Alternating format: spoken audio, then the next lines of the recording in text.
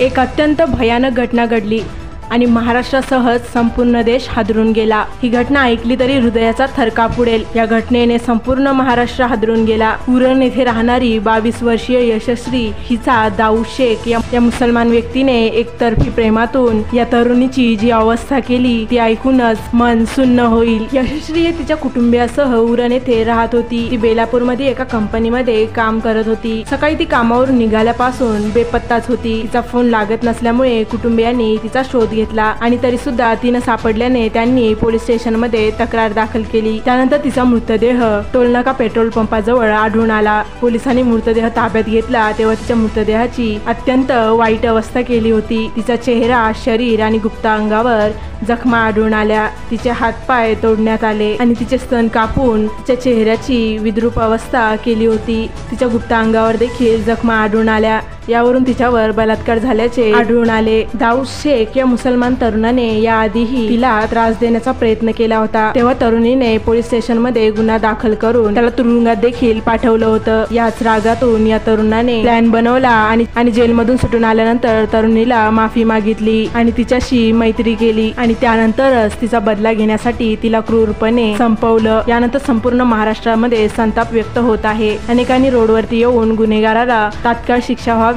अशी मागणी शासनाकडे केली आहे। अत्यंत मन सुन्न करणारी अशी ही घटना आहे। अक्षता म्हात्रेची घटना ताजी असतानाच ही घटना घडली। यावरून एकच स्पष्ट होते की मुली कुठेही सुरक्षित नाहीत व या गुन्हेगारांना कायद्याचा धाक राहिला नाहीये। त्यामुळे आपणच वेळीच जागे होऊन या नराधमाविरोधात काहीतरी केलं पाहिजे, नाहीतर उद्या अशाच घटना आपल्या घरातही घडू शकतात। त्यामुळे सर्व मुलींनी काळजी घ्यावी। किती ओळखीतला असला तरी कोणावरही विश्वास ठेवू नका। तुमची काळजी तुम्हीच घ्या। काळजी घ्या व सुरक्षित राहा व या बातमीला जास्तीत जास्त लोकांपर्यंत नक्की शेअर करा व लाईक करायला विसरू नका।